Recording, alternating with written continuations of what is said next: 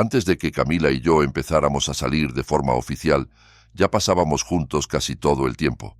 Los dos hacíamos snowboard y su familia tenía una casita tipo cabaña en las montañas de Cantabria, no muy lejos de la estación de esquí de Alto Campú. Aquella fue más o menos la 10ª vez que quedábamos y ella me invitó a pasar un fin de semana allá arriba para hacer snowboard juntos por primera vez. El viaje fue de unas 5 horas. A medida que nos acercábamos, dejamos atrás las carreteras principales y nos metimos en un tramo larguísimo de camino estrecho, retorcido y solitario, donde el viento golpeaba los árboles como si quisiera arrancarlos de raíz. Durante casi media hora avanzamos por esa vía apartada, pasando de vez en cuando alguna entrada que se perdía cuesta arriba entre paredes de bosque. Estábamos tan adentro de la montaña que ver otro coche se sentía casi imposible, como si el mundo se hubiera terminado detrás de nosotros. Muchas de esas entradas ni siquiera tenían marcas de neumáticos sobre la nieve. Daba la impresión de que la mayoría de las casas estaban vacías. Camila me explicó que era normal. Muchas propiedades de esa zona pertenecían a gente que vivía lejos, igual que en su caso. Yo iba despacio, quizá a unos 30, cuando ella me gritó que bajara más la velocidad, que ya llegábamos. Pisé el freno y entonces vi lo que, de otra forma, habría pasado de largo. Un pequeño hueco entre los árboles, una abertura mínima que parecía tragarse la luz. Metimos la camioneta en modo 4x4 y avanzamos por un sendero angosto hasta que apareció la cabaña, pequeña, enterrada en nieve, con ese aire cálido y acogedor que te da ganas de entrar sin pensarlo. Aparcamos y lo primero que hicimos fue encender la calefacción. Metimos las mochilas, acomodamos la comida y como ya estaba anocheciendo, nos quedamos dentro. Cenamos algo sencillo y pusimos una película, En busca de la felicidad. Más tarde pusimos otra y en algún momento nos quedamos dormidos. La cabaña tenía lo básico, electricidad, calor, pero no había agua corriente. Su familia guardaba garrafas y garrafas para lo importante, como lavarse las manos o fregar platos, pero no había un baño funcional. Camila me lo dijo sin darle demasiada importancia. Para ir al baño había que usar la letrina de afuera. Esa noche yo solo tuve que orinar y sinceramente no me apetecía salir hasta la letrina. Fui al porche delantero y oriné en la nieve. Afuera estaba nevando y el silencio se sentía denso, como si el bosque estuviera conteniendo la respiración. A la mañana siguiente, los despertadores nos sacaron de golpe. Queríamos agarrar la nieve recién caída en la montaña. Desayunamos rápido y justo antes de salir, yo tuve que ir a la letrina. Me puse los zapatos como pude y salí. El frío mordía incluso a través de la suela y, a mitad de camino, vi huellas sobre la nieve. Eran grandes, pero no podía saber si eran de botas o de algún animal. Las seguí con la vista y el rastro rodeaba la cabaña y se metía en el bosque. Llamé a Camila para que saliera. Ella miró, frunció el ceño apenas un segundo y dijo que probablemente era de un oso pardo. Por esa zona, aunque no se dejaban ver, no era raro que bajaran a merodear. No me tranquilizó demasiado, pero hice lo que tenía que hacer y nos fuimos a la estación. El día estuvo increíble. Estuvimos casi 8 horas dándole sin parar hasta quedar con las piernas temblando. Paramos en un restaurante de carretera a comer algo caliente y cuando volvimos a la cabaña ya era noche cerrada. Además, estaba nevando otra vez. Encendimos el fuego, pusimos la calefacción a tope y subimos la música. Entre risas y tragos, el tiempo se volvió blando, como si la tormenta de afuera no existiera, hasta que tuve que ir al baño y, como ya me iba a poner las botas, decidí ir a la letrina para hacer todo de una vez. Salí al vendaval, con la nieve pegándome en la cara, y corrí hasta el pequeño cubículo. Esta vez, cerré de golpe la puerta para que no entraran el aire helado ni la nieve. Desde ahí adentro todavía se escuchaba la música retumbando en la cabaña. Pero, por encima de eso, alcancé a oír otra cosa. Un crujido lento, pesado, como pasos aplastando nieve. «¡Camila!», grité intentando que no se notara el nervio. No hubo respuesta. Los pasos siguieron, pasaron cerca, y se alejaron.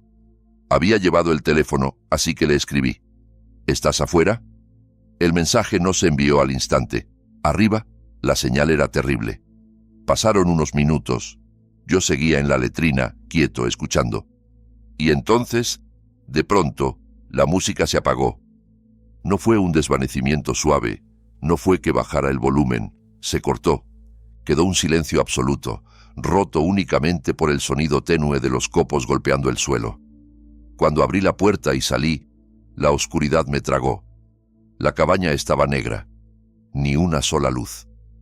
Pensé que quizás se había ido la electricidad, pero el corte había sido demasiado limpio, demasiado oportuno. Encendí la linterna del móvil y vi huellas frescas, marcadas con fuerza, que llevaban hacia la casa.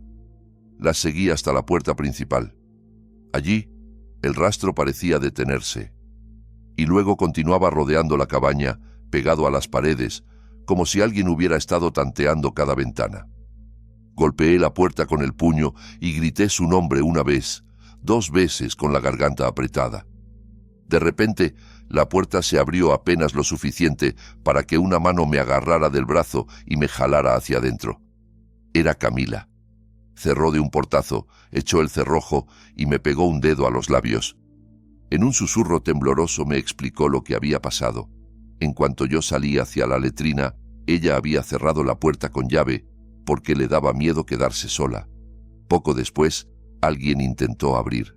Ella vio la silueta desde la ventana y supo de inmediato que no era yo. Entonces hizo lo único que se le ocurrió.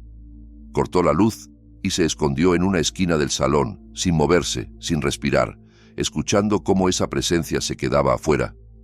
Me dijo que, desde su escondite, miró con horror cómo un desconocido pasaba lentamente frente a la ventana del salón, inclinando la cabeza para mirar adentro, como si buscara una forma de entrar o, peor, como si quisiera asegurarse de que había alguien. Yo llegué a la puerta apenas un par de minutos después. Camila me recordó algo que su padre le había contado. Debajo de una trampilla en el suelo, en un pequeño sótano, guardaban un par de rifles y una escopeta.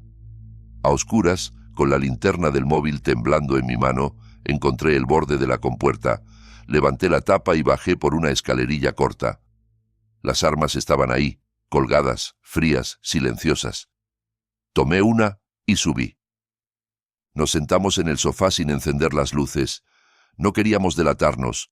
La idea de iluminar la cabaña, de convertirnos en figuras recortadas detrás de las ventanas, me revolvía el estómago. Camila dijo que los vecinos más cercanos estaban lejos y que era casi imposible que fuera alguno de ellos. Además, muchos ni siquiera estaban en Cantabria en esa época. De nuevo, el único sonido fue el de la nieve cayendo, hasta que volvieron los pasos. Primero, un crujido aislado, luego otro. Después, esa cadencia lenta y deliberada, como si alguien caminara con calma, sin miedo a ser visto. Sentí la mandíbula rígida. Levanté el arma y caminé hacia la puerta principal, con el cuerpo tenso, como si cada tabla del suelo pudiera delatarme. Abrí de golpe, apunté hacia la oscuridad y disparé 3 veces al aire, gritando con toda la rabia y el terror que tenía guardados. El eco se perdió montaña arriba. Y los pasos desaparecieron. No sé si salió corriendo, si se quedó quieto esperando, pero después de esos disparos ya no escuchamos nada más. A la mañana siguiente, por recomendación del padre de Camila, nos fuimos. Dijo que era mejor no estar allí por el momento. Al fin y al cabo, no tenían nada que les preocupara que alguien quisiera robar. Lo único valioso era seguir respirando. Nos largamos sin mirar atrás. Por lo menos, habíamos tenido un día entero de snowboard. Pero esa noche, esa oscuridad con alguien al otro lado, se me quedó clavada como un recuerdo sucio que no se lava. Ahora escucha con atención, porque lo que viene a continuación no tiene nada que ver con una cabaña en la montaña. Y aún así, la nieve vuelve a ser el telón perfecto para que algo te siga sin que lo veas. Tengo 26 años y vivo en la Patagonia Argentina. Quienes han pasado un invierno aquí saben que hubo una temporada en la que la nieve cayó con una fuerza que parecía interminable. Yo antes la amaba, de verdad. Me gustaba ese silencio blanco, esa forma que tiene de borrar el mundo. Después de lo que pasó, dejé de verla igual. Ese fin de semana, mi familia iba a visitar a unos parientes en el Bolsón. Yo no quería ir, nunca me llevé bien con ellos y prefería quedarme en casa, así que fingí estar enfermo. No pensé que colaría, pero coló. Se fueron sin mí y me dejaron a cargo de la casa. Para que quede claro, yo tenía 16 años. No era que estuvieran siendo irresponsables, simplemente confiaban en mí. El sábado fue perfecto. Me pasé el día en el ordenador, vi series y jugué un rato en la nieve con mi perra, Luna, que adoraba el frío más que cualquier otra cosa. Esa noche, ya tarde, estaba terminando una misión en Call of Duty, WWE, cuando me rugió el estómago. Había comida en casa, sí, pero casi todo requería ponerse a cocinar de verdad. Así que decidí ir a una roticería del pueblo a comprar algo rápido. A esa hora ya estaba oscureciendo. La nevada se había detenido, pero el manto era profundo, como si el suelo se hubiera vuelto esponja y trampa al mismo tiempo. Agarré un billete, me lo metí en el bolsillo, me puse el abrigo y salí. El camino que siempre tomaba era un pasaje arbolado, estrecho, con algunos faroles dispersos que daban una luz pobre y amarillenta antes de desembocar cerca de la carretera principal. Cuando llegué a la roticería ya era de noche. Compré papas fritas y una salchicha rebozada y empecé a regresar a casa con el calor de la bolsa pegado a los dedos. Iba a mitad del pasaje cuando lo oí, entre los árboles a mi derecha, un chasquido seco. Giré la cabeza de golpe pero no vi nada. El corazón me martillaba, aunque me obligué a pensar que sería algún animal. Entonces volvió a sonar. 2 chasquidos seguidos, demasiado cercanos, demasiado precisos. Se me erizó la piel. Empecé a caminar más rápido, casi tropezando con la nieve. Había olvidado lo que venía al final del pasaje, el tramo más oscuro. El farol de allí llevaba meses con la bombilla fundida y nadie lo había arreglado. Apreté la mandíbula, suspiré con frustración y seguí, intentando no entrar en pánico. Y entonces lo oí otra vez. El sonido de ramas rompiéndose se hizo continuo, como si alguien avanzara pisándolo todo a propósito. De pronto se detuvo, y fue reemplazado por un crujido distinto, pesado. Pasos sobre nieve compacta. Me quedé quieto, me giré, y se me apagó la sangre. A lo lejos, recortada por la luz tenue del farol que sí funcionaba, vi una figura negra. No distinguía rostro ni ropa, solo un cuerpo oscuro.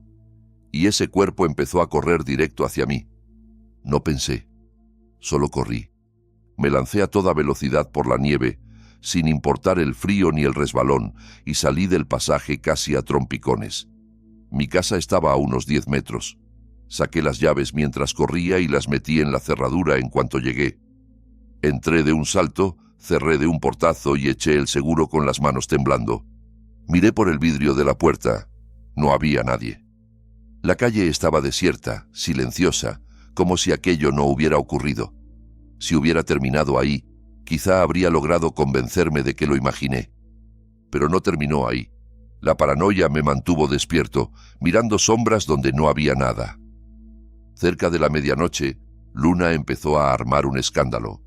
Ladraba y arañaba la puerta trasera como si quisiera atravesarla. En el fondo, yo sabía a qué le ladraba, pero no quería creerlo. Me acerqué a la puerta. Afuera estaba demasiado oscuro para ver algo. Tragué saliva, reuní valor y encendí la luz del patio. Nada. El jardín trasero estaba vacío. Aparté a Luna y volví al salón, intentando retomar la tele. Pero algo me mordía la cabeza. Una sensación de que había un detalle fuera de lugar. El jardín estaba intacto, salvo por unas huellas en la nieve que llevaban hasta la puerta trasera. Huellas que eran mías. Y entonces me golpeó la verdad, como un puño helado. Yo había entrado por la puerta delantera. Se me congelaron las venas. Volví hacia la parte de atrás y, antes incluso de tocar el picaporte, sentí el aire frío pegándome en la cara. Rodeé la esquina y me quedé clavado. La puerta trasera estaba abierta de par en par. La distribución de mi casa, al entrar, daba 3 opciones. el salón, la cocina o las escaleras. Mientras me pegaba a la pared, intentando no hacer ruido, escuché un golpe arriba. Fue leve, pero claro. Un golpe sordo, nítido, como el peso de un pie sobre madera. No esperé a escuchar otro. Agarré a Luna, agarré el teléfono y salí corriendo a casa de los vecinos. Era medianoche. Toqué el timbre como 10 veces hasta que alguien respondió. Estaban furiosos por el susto y por el ruido, pero cuando les dije lo que pasaba me dejaron entrar sin discutir. La policía tardó unos 40 minutos, porque la nieve había vuelto a caer con fuerza. Cuando llegaron, registraron la casa de arriba abajo. No encontraron a nadie. Las huellas se habían ido borrando con la nevada, pero la cámara de seguridad mostró algo que me dejó enfermo por dentro, una figura saliendo corriendo por la puerta trasera poco después de que yo escapara, saltando la valla del fondo y desapareciendo en el bosque detrás de mi casa. Me mata pensar que todavía está ahí afuera y que sabe dónde vivo. Con el tiempo empecé a dormir más tranquilo. Cambiamos la cerradura y aún así, durante meses, viví con esa sensación de que mi hogar ya no era un lugar seguro. Y si creías que lo peor es no ver a quien te persigue en la nieve, espera a escuchar lo que pasa cuando alguien elige a una víctima que tampoco puede verlo venir. Tengo 27 años y esto ocurrió cuando tenía 26. Mi madre murió hace algunos años y mi padre es ciego. Cuando yo era niño, él vendió una empresa de energía que le fue muy bien. Así que tenemos dinero y varias propiedades que alquilamos. Con la situación como está, me toca ayudar en lo que puedo, y yo me encargo de gestionar la mayoría de esos alquileres.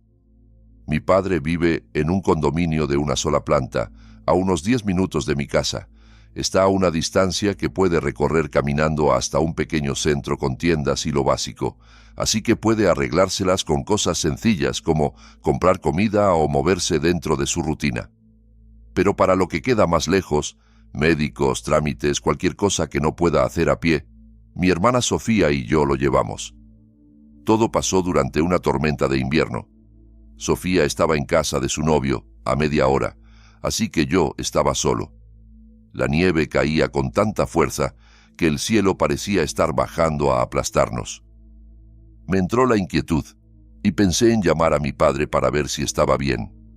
Él usa teléfono fijo porque le resulta más fácil que un teléfono inteligente, aunque también tiene uno. Simplemente es terco y a veces se niega a usarlo. Llamé, sonó 4 veces y saltó el buzón de voz. Volví a llamar, lo mismo. Normalmente cuando llamábamos, él se apuraba a responder o nos devolvía la llamada de inmediato. Esperé unos minutos. Llamé una vez más. Y otra vez. Buzón. Le dejé un mensaje pidiéndole que me llamara.